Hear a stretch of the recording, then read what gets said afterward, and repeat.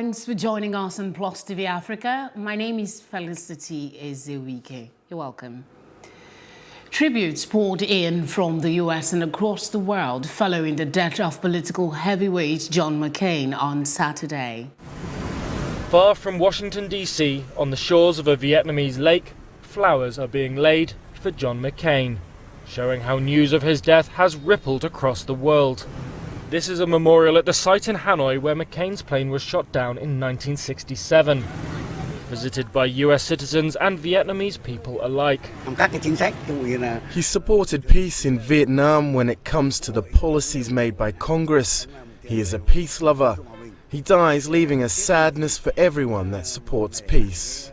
Sunday has witnessed an outpouring of tributes for the former prisoner of war and political heavyweight, including from world leaders and former presidents. George W. Bush responded with these words: "Some lives are so vivid it is hard to think of them as ended. Some voices so vibrant it is hard to think of them stilled."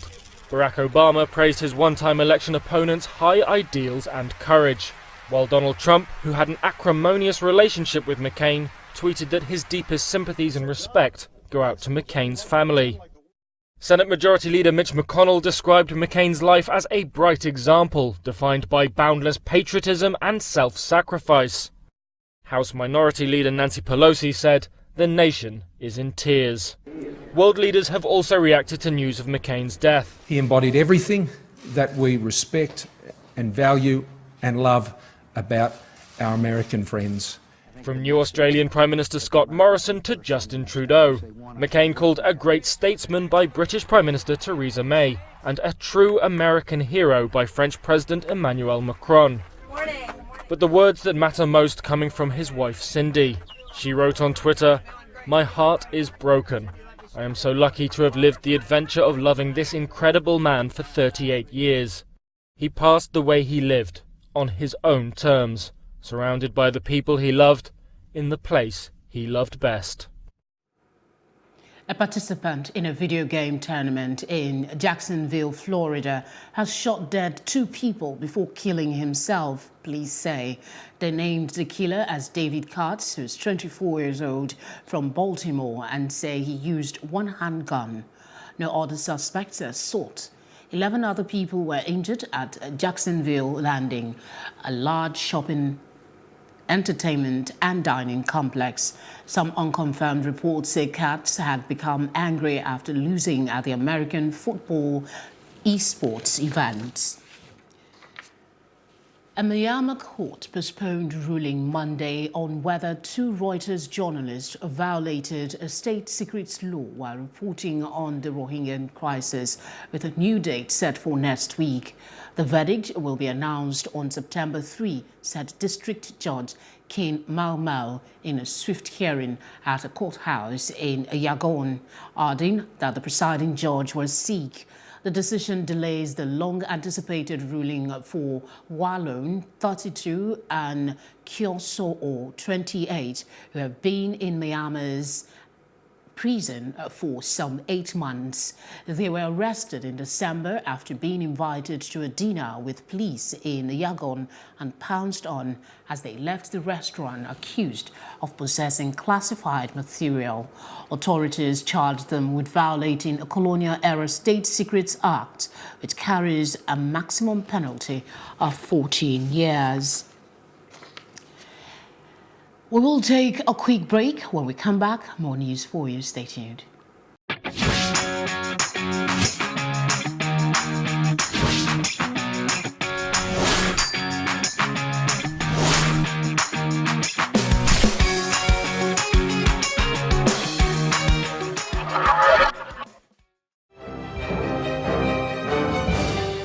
Emmerson Mnangagwa took the oath as Zimbabwe's president in front of a stadium crowd on Sunday after a divisive election, as U.S. observers of that vote questioned the country's democratic credentials.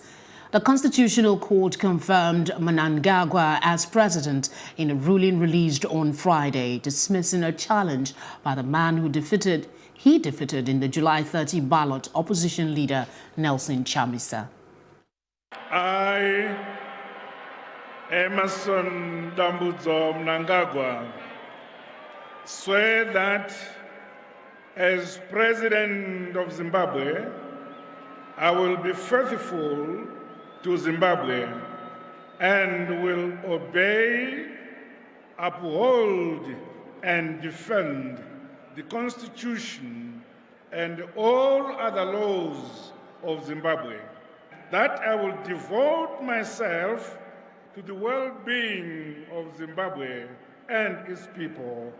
So help me God.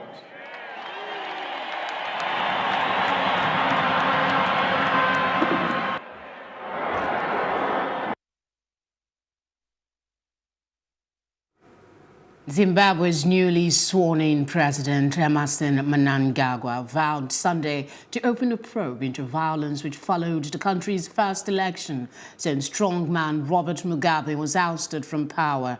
He said, and I quote, "This is a different Zimbabwe, the dawn of the Second Republic of our Zimbabwe," end of quote.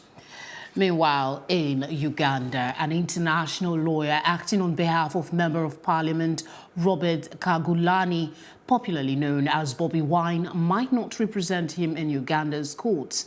The government reportedly declared him a persona non grata. In diplomacy, a persona non grata is a foreign person whose entering or remaining in a particular country is prohibited by the country's government. Mr. Robert Amsterdam is one of the lawyers who has come up to defend Mr. Kyagulanyi against the treason charges facing him. Mr. Amsterdam's role is supposed to be technical, advisory, and to do research. Algerian health authorities announced on Sunday that there are more confirmed cases of cholera in northern provinces.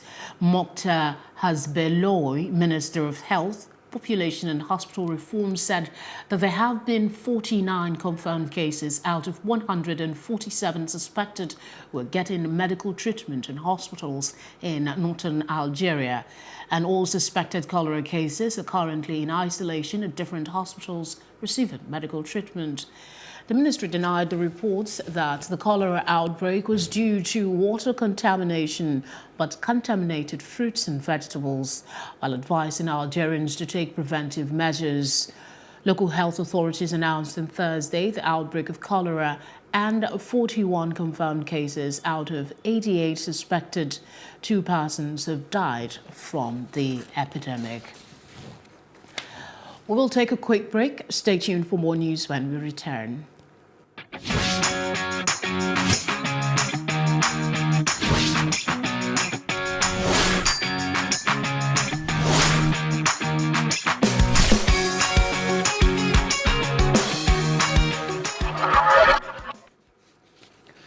President Muhammadu Buhari has said the rule of law must be subject to the supremacy of the nation's security and national interest.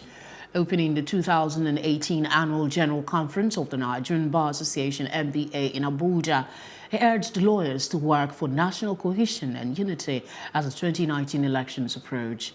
There has been criticism of the government over the detention of some individuals, such as former National Security Advisor Sambo Dasuki, Shiite leader Ibrahim El-Zakzaky, and his wife. Dasuki is being tried for alleged treason, and El-Zakzaky is in court facing charges. The All Progressive Congress was on Sunday declared the winner of all the 27 chairmanship seats in an election conducted on Saturday in Imo State.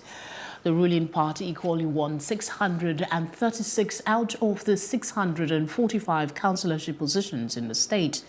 Announcing the result of the polls in Owerri on Sunday, the chairman of the Imo State Independent Electoral Commission, Etelbet Ibeabuchi, said that 13 political parties fielded candidates in the election.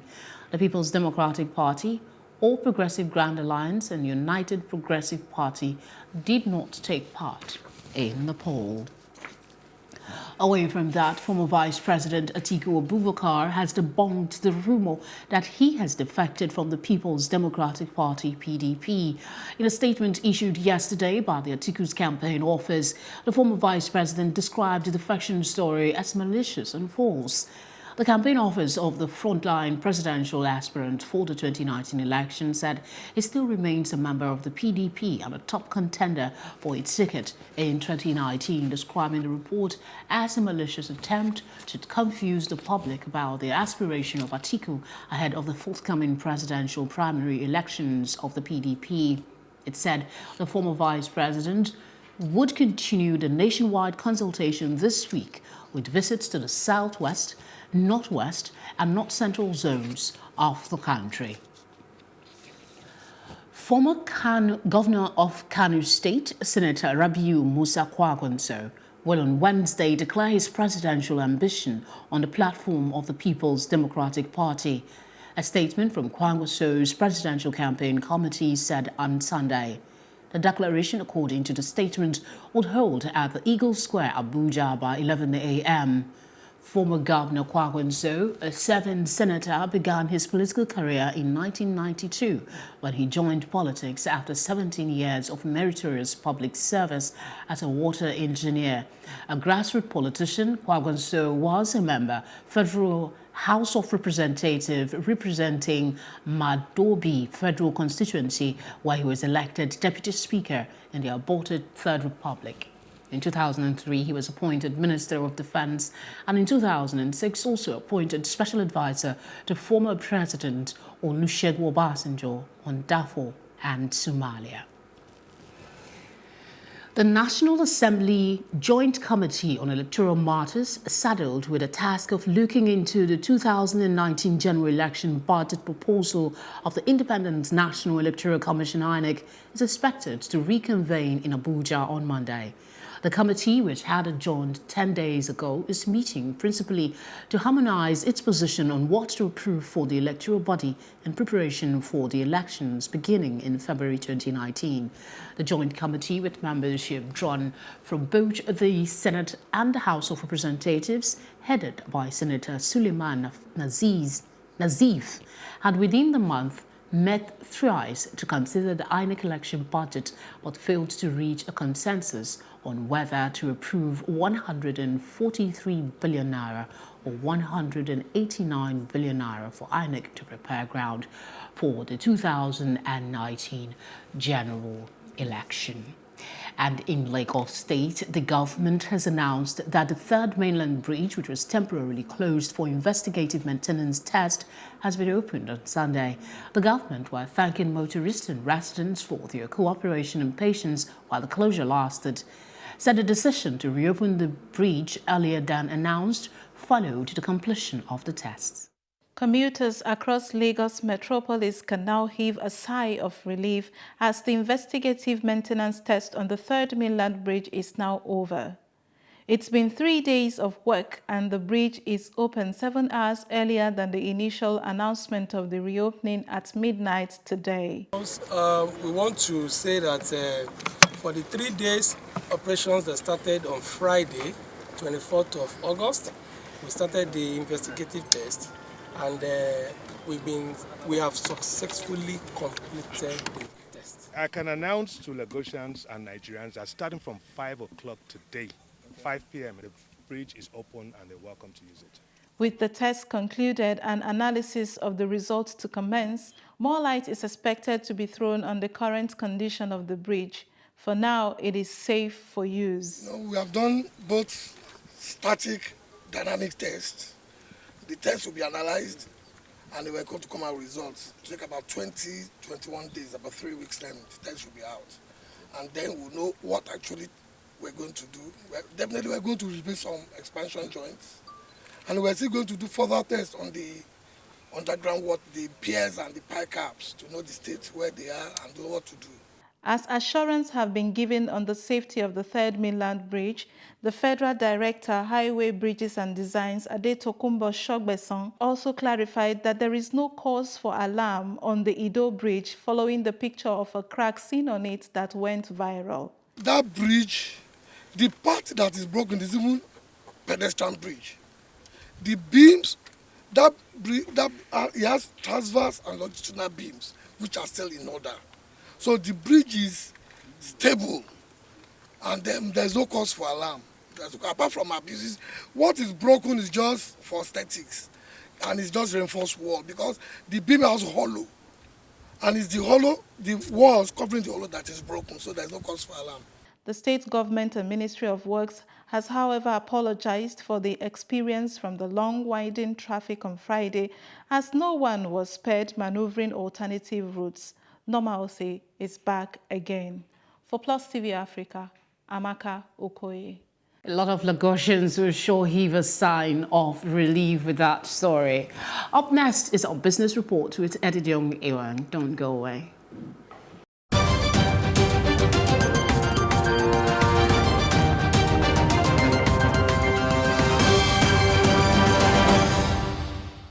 This is Business News and I'm Edidiong Ewang. While the inflow of over 1 trillion naira from maturing treasury bills and statutory allocation has led to excess liquidity in the market, this will invariably lead to a decline in the interbank money market this week. In the past week, cost of funds dropped by 150 basis points for the second consecutive week.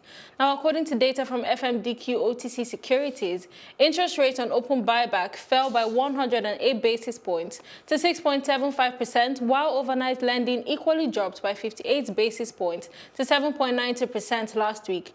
These drops were caused by excess liquidity in the interbank money market, which included the inflow of 364.33 billion naira from matured open market operation treasury bills, among others, and failure of CBN to mop up liquidity with new inflow.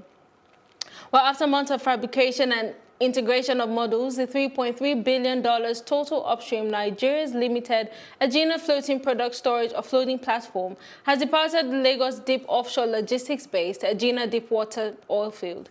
The Agena FPSO, which was built for Total Upstream Nigeria Limited, sailed away from the quayside at Samsung in South Korea on 31st of August 2017, arrived Nigeria on the 24th of January 2018 before sailing away to the oil field yesterday. The FPSO is said to be the largest ever installed in Nigeria with a capacity of 200,000 barrels of oil per day. Well, that's it on Business News, but an American artist has donated all the proceeds from his remix to a children's hospital in Uganda. And Everton has confirmed Michael Keane's head injury, but that's in a moment. Don't go away.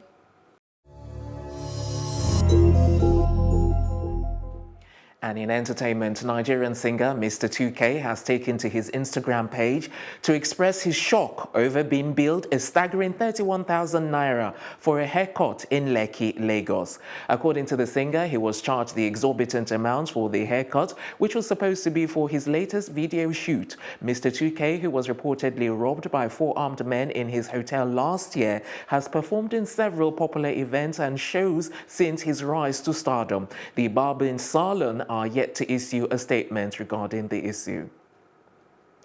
Tiwa Savage is definitely savage for shutting down London in style. She rocked the stage as a queen that she is at the Savage Tour concert at the Indigo O2 Arena in London, whilst paying tribute to African icons such as Nelson Mandela and the late Kofi Annan. The Savage Tour was made possible by UK-based Nigerian Smade, an event organizer, and it has been highly anticipated for months. Tiwa is the first female Afrobeat artist to headline the O2 Stadium. She came through with Alternate Sound, the official performance band, alongside performances by Don Jazzy himself, Korede Bello, amongst a host of others.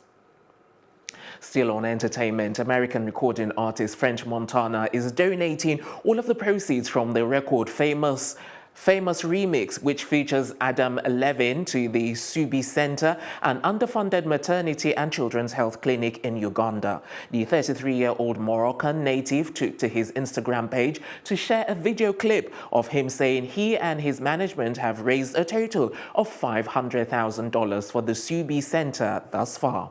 The Grammy-nominated rapper was inspired to give back to the Subi Center following his trip to Uganda last year, where he shot the music video for popular record Unforgettable. And that's it on entertainment. The best in sports right after this.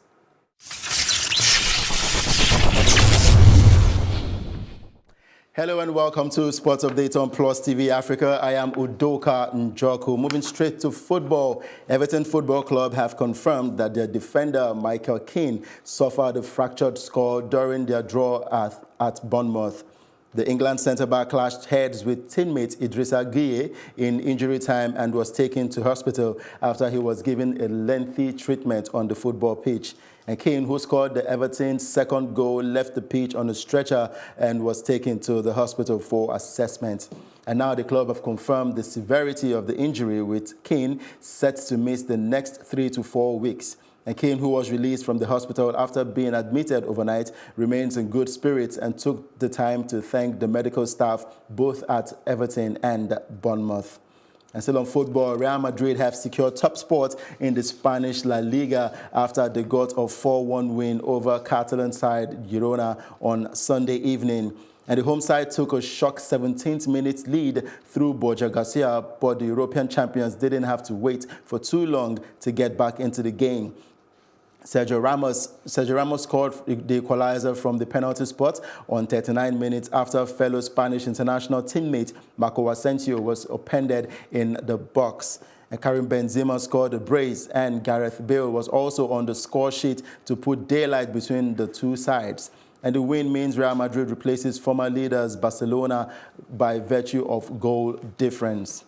And in Formula One, after being defeated in consecutive races going into Formula One's annual summer break, Ferrari hit back in style as the season roared back into life in Belgium as Ferrari's Sebastian Vettel beat title rival Lewis Hamilton in the Belgian Grand Prix to cut his lead to 17 points.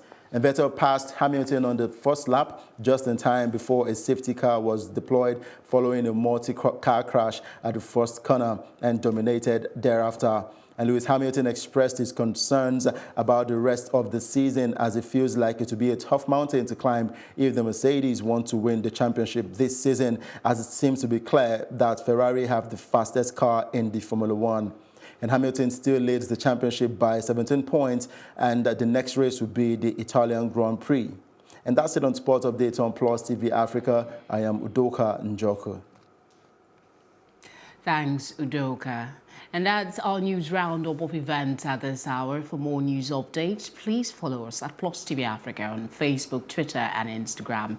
You can also subscribe to our YouTube channel at Plus TV Africa. We'll be back later with more stories making the headlines. Do join us again. My name is Felicity Ezewieke. Thank you for staying with us.